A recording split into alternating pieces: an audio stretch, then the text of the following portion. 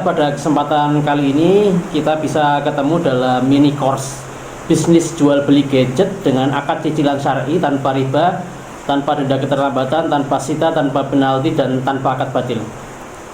Saya ucapkan selamat datang kepada teman-teman semua, juga sekaligus terima kasih pada teman-teman yang sudah berkenan untuk bisa hadir dalam agenda mini course kali ini. Sebelumnya kita perkenalan terlebih dahulu ya. Perkenalkan, nama saya Pristian Surono Putro. Teman-teman bisa manggil saya Mas Pris. Alamat saya di Purworejo, Jawa Tengah, salah satu kota kecil di Jawa Tengah. Mungkin teman-teman ingat daerah-daerah seperti Kebumen, Magelang, Temanggung. Nah, itu beberapa kota yang ada di sekitar Purworejo. Kota besar yang terdekat dengan Purworejo itu adalah Yogyakarta. Itu sekitar 1 jam perjalanan. Kemudian aktivitas saya hari ini adalah sebagai seorang perawat psikiatri. Jadi formal saya sehari-hari adalah merawat ODGJ, orang dengan gangguan jiwa, di salah satu bangsal jiwa di RSUD Wonosobo. Di luar itu alhamdulillah saya diberikan kesempatan untuk bisa menjadi seorang digital entrepreneur, sehingga dengan digital ini saya bisa ketemu dengan teman-teman semua walaupun tidak secara langsung ya, secara online. Kemudian alhamdulillah saya juga diberikan kesempatan untuk menjadi owner dari salah satu bisnis yang mungkin teman-teman juga sudah ketahui, yakni owner dari Hijrah Gadget, salah satu brand platform jual beli gadget dengan akad cicilan syar'i tanpa riba, tanpa denda keterlambatan, tanpa sita, tanpa penalti, dan tanpa akad batil. Nah, itu sekilas ya teman-teman perkenalan singkat di mini course kali ini. Teman-teman kalau misalkan mau berkenalan lebih dekat atau melihat berbagai macam transaksi yang pernah saya lakukan, teman-teman bisa follow akun Instagram saya Pristian_Putro ya. Kemudian yang berikutnya teman-teman, saya ingin sedikit cerita tentang story awal kenapa saya memulai bisnis jual beli gadget dengan akad cicilan syar'i ini. Jadi ada storynya, ada ceritanya. Jadi sebenarnya tahun 2020 silam itu ada temen yang mau melakukan pinjaman uang, akadnya core, pinjam meminjam. Tapi kalau akadnya itu pinjam uang core, kalau kemudian saya mengambil keuntungan dari akad pinjaman ini, maka jatuhnya adalah riba karena adanya tambahan dari pokok utang yang diakadkan. Tercetus ya di dalam pikiran saya itu untuk melakukan akad jual beli kredit. Teman saya itu kemudian saya tanya, pinjam uang itu untuk apa gitu ya. Kemudian dijawab oleh teman saya bahwa dia pinjam uang keperluannya sebenarnya untuk beli laptop second. Awalnya itu. Kemudian tercetus dalam benak saya teman-teman untuk bagaimana kalau misalkan nih saya beli barangnya, laptop itu saya beli sesuai dengan spek yang kamu inginkan. Setelah barang saya miliki, kemudian saya jual kepada Anda. Nah, karena ini jual beli tentu saya boleh mengambil keuntungan, dan Anda boleh pembayarannya itu dengan cicilan atau diangsur. Nah, singkat cerita yang bersangkutan berkenan, alhamdulillah ya. Kemudian tahun 2020 itu saya beli laptopnya secara cash tunai. Harganya saya masih ingat sekitar 4,5 juta. Saya beli, setelah barang saya miliki, kemudian saya temui teman saya tadi. Kemudian saya jual dengan akad cicilan, dengan tentu saja saya mengambil margin keuntungan. Nah, dari situ ternyata teman-teman, dari rencana angsuran selama 12 bulan, di bulan ke-6 itu dilunasi. Maka sejak saat itu saya melihat ada peluang, ada potensi keuntungan yang secara syar'i itu boleh saya lakukan.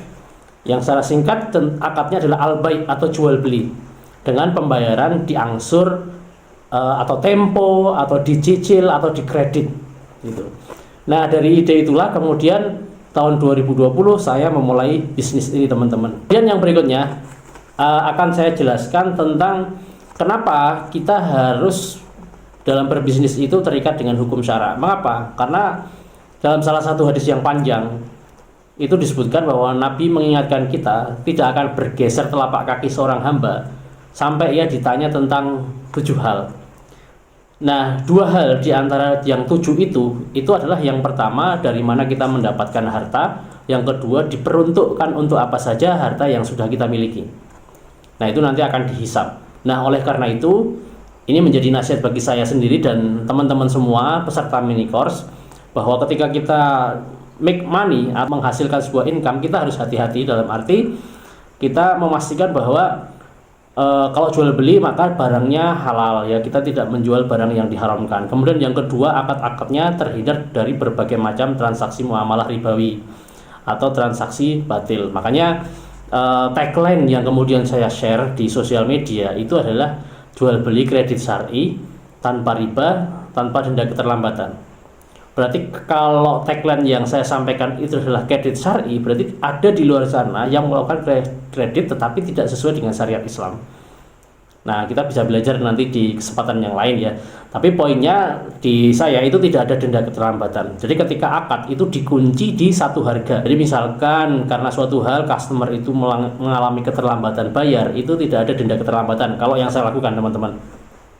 Kemudian juga tidak ada ancaman sita. Jadi ketika akad jual beli itu dilakukan, maka ketika ijab kabul itu barang itu sudah berpindah kepemilikan secara sempurna dari saya sebagai penjual berpindah kepada pembeli secara sempurna.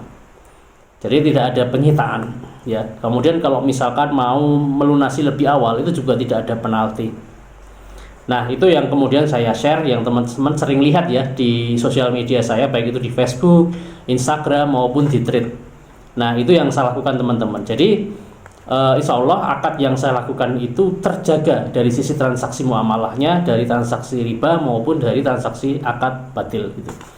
Kalau dari sisi produknya insya Allah halal ya, karena jual beli gadget ya dan barang-barang lain yang secara fisik memang ada manfaatnya dan dibutuhkan oleh masyarakat, seperti handphone, kemudian naik lagi ada mungkin motor, televisi, mesin cuci, kulkas dan lain sebagainya. Ada POV kali ini, teman-teman, point of view-nya yang saya ingin highlight adalah POV dari seorang karyawan yang memulai sebuah bisnis ya. Mengapa? Karena kalau seorang karyawan dia sudah punya bantalan dari gaji bulanan ya. Jadi setiap bulan saya dapat gaji kan sebagai seorang perawat.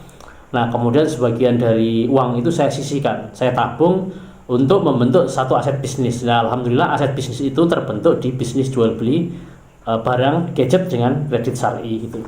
Itu start ya yang ingin saya sampaikan di mini course kali ini. Kemudian yang berikutnya, teman-teman, saya ingin membawa bisnis ini itu adalah sebagai sarana atau instrumen investasi ya. Bisnis jual beli kredit ya untuk gadget atau barang-barang lain itu untuk saya pribadi itu saya gunakan sebagai aset instrumen investasi ya.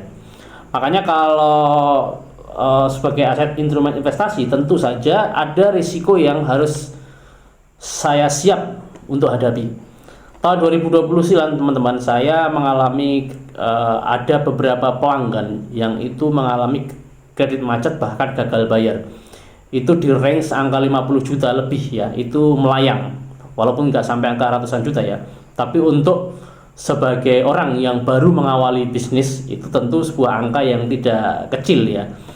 Nah, oleh karenanya itu, teman-teman, maka sering saya menyarankan kepada teman-teman ketika mau masuk di bisnis ini adalah menggunakan uang dingin ya, uang dingin, uang yang memang kalau hilang itu sudah tidak mempengaruhi emosi secara mendalam gitu ya. Kalau hilang ya sudah, itu bagian dari resiko bisnis yang harus dihadapi ketika teman-teman itu masuk di bisnis cicilan gitu ya. Karena memang ada potensi keuntungan juga.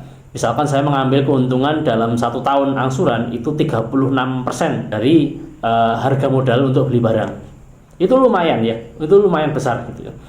Kalau dibandingkan daripada kita taruh misalkan di deposito, walaupun saya nggak menyarankan ya teman-teman karena ada transaksi ribawi, kemudian ditaruh mungkin di pasar saham dan sebagainya, saya masukkan ke bisnis ini, ke akad jual beli kredit ini, itu bisa sampai return of investment-nya, ROE-nya itu 36% per tahun gitu ya.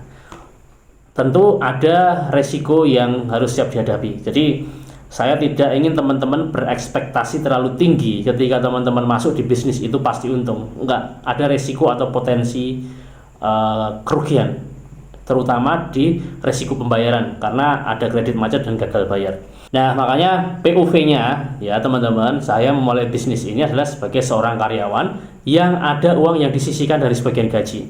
Saya juga owner bisnis di digital marketing agency. Saya bekerja sama dengan beberapa toko ya, kemudian melakukan akad samsaroh. Nah, kalau yang jual beli ini ya, buku ini adalah dengan cash ya. Jadi saya dapat untungnya cash tunai. Nah, ada kelebihan uang atau memang menyisihkan dari sebagian gaji dan menyisihkan dari profit dagang itu, kira-kira instrumen investasi apa sih yang bisa kemudian saya bisa mengembangkan harta saya.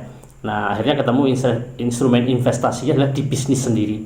Sebenarnya teman-teman kalau sudah punya bisnis itu fokus aja, apalagi kalau sudah memang menghasilkan profit gitu ya. Tinggal teman-teman bisa fokus selama beberapa tahun, 5 tahun, 6 tahun, 7 tahun, 10 tahun, 15 tahun, 20 tahun.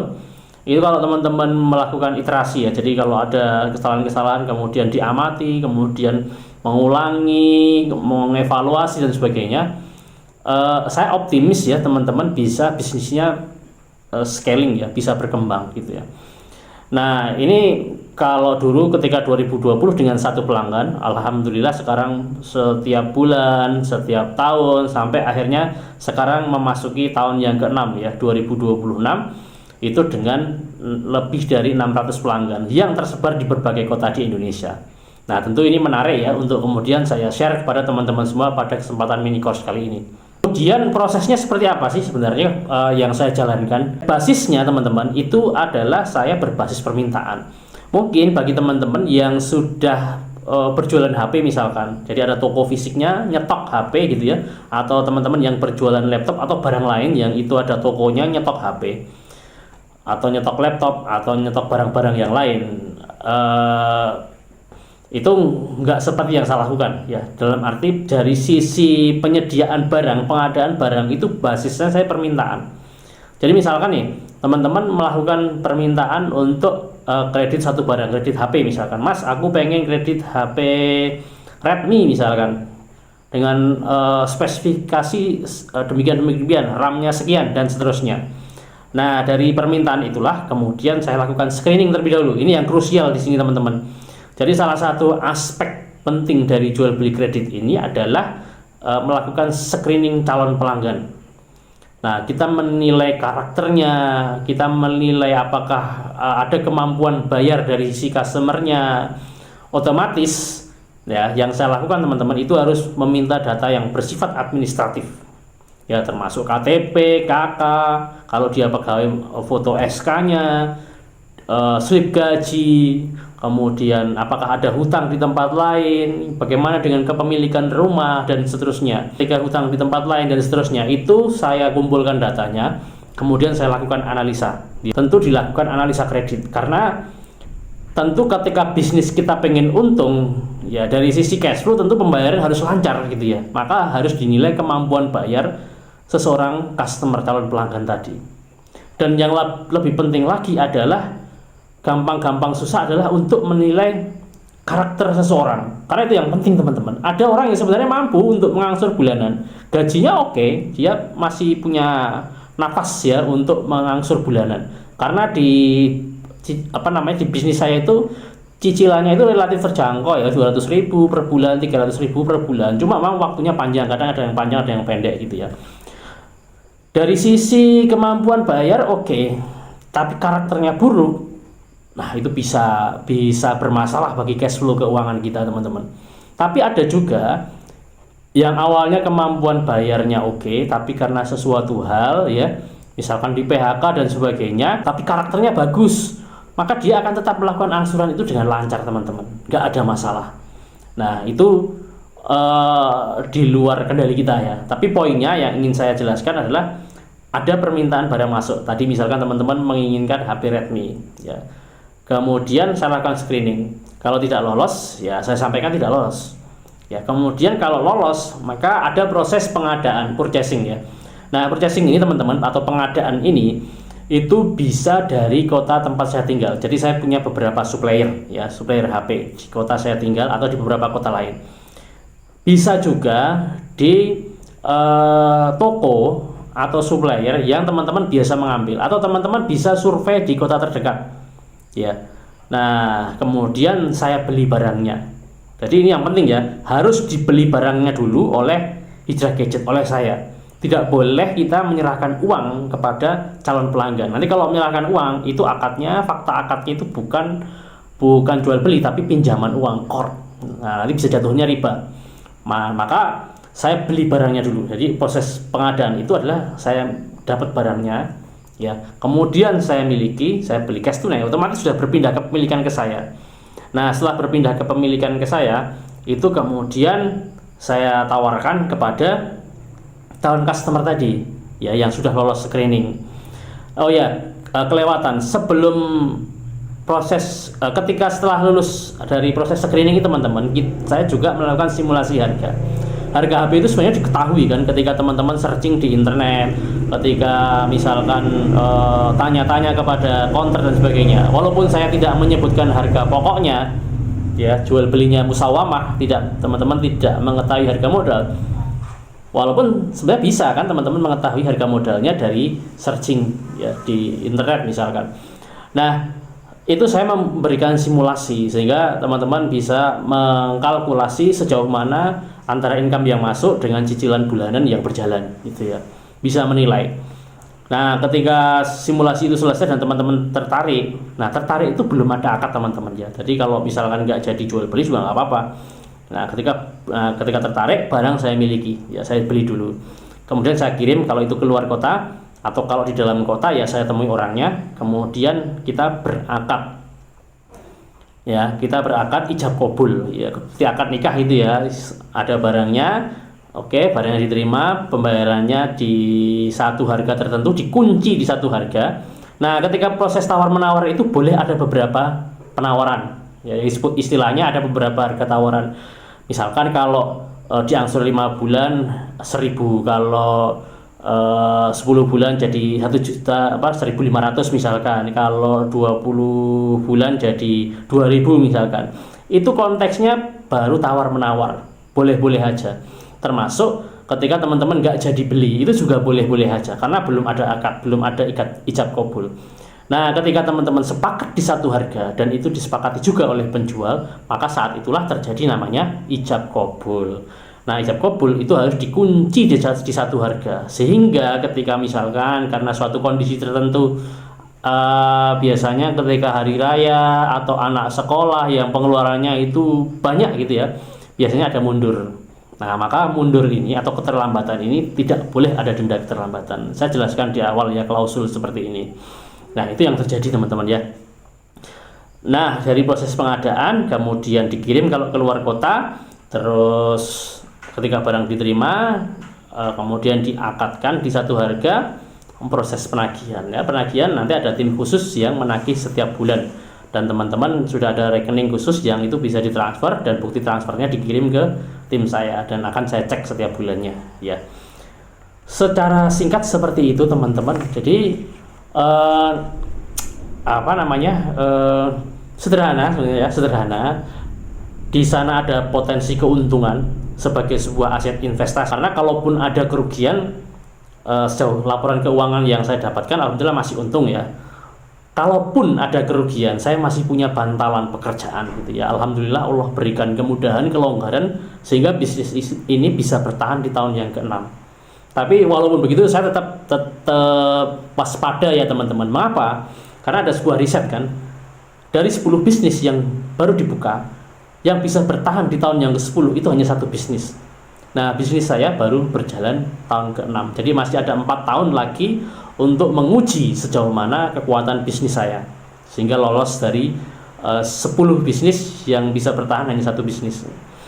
Dan apalagi di era disrupsi ini, ya, itu banyak bisnis-bisnis yang bisa yang tutup, gitu ya, karena perkembangan informatika dan teknologi itu. Tapi poinnya, bisnis ini tetap ada peluang besar.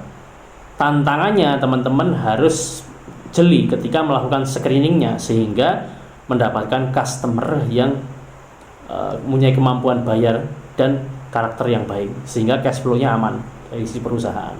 Itu. Terus dari sisi mitigasi resikonya bagaimana? Mitigasi resiko itu tentu dimulai ketika screening customer sebenarnya teman-teman, ya.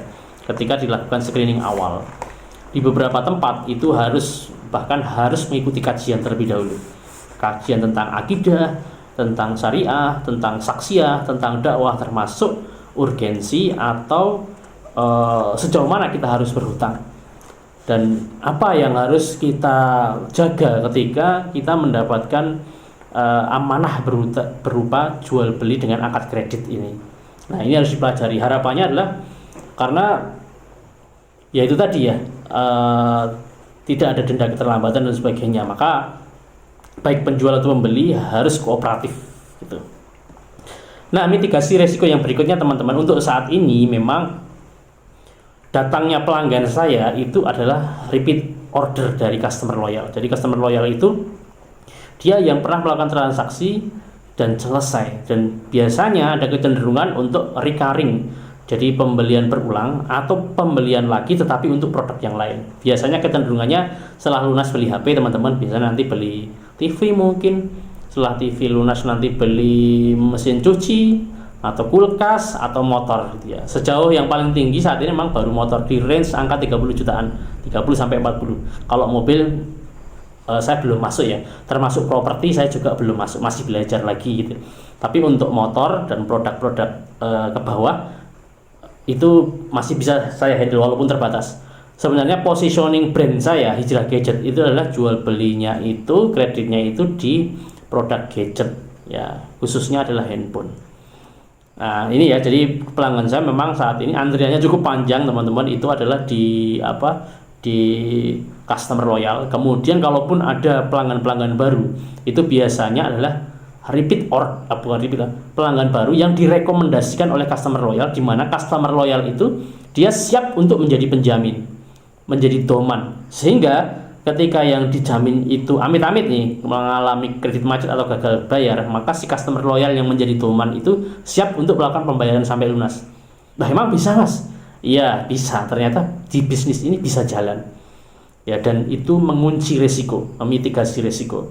Ada juga mitigasi resikonya yang lain adalah dengan menggunakan barang jaminan atau akad rohan ya. Jadi ada barang yang dijaminkan, cuma barang yang dijaminkan itu tidak boleh barang yang sedang menjadi objek jual beli ya. Nah, itu bisa, walaupun saya agak jarang ya untuk melakukan hal itu. Jadi mitigasi risiko itu dilakukan ketika pengadaan, ketika screening, dan ketika proses penagihan.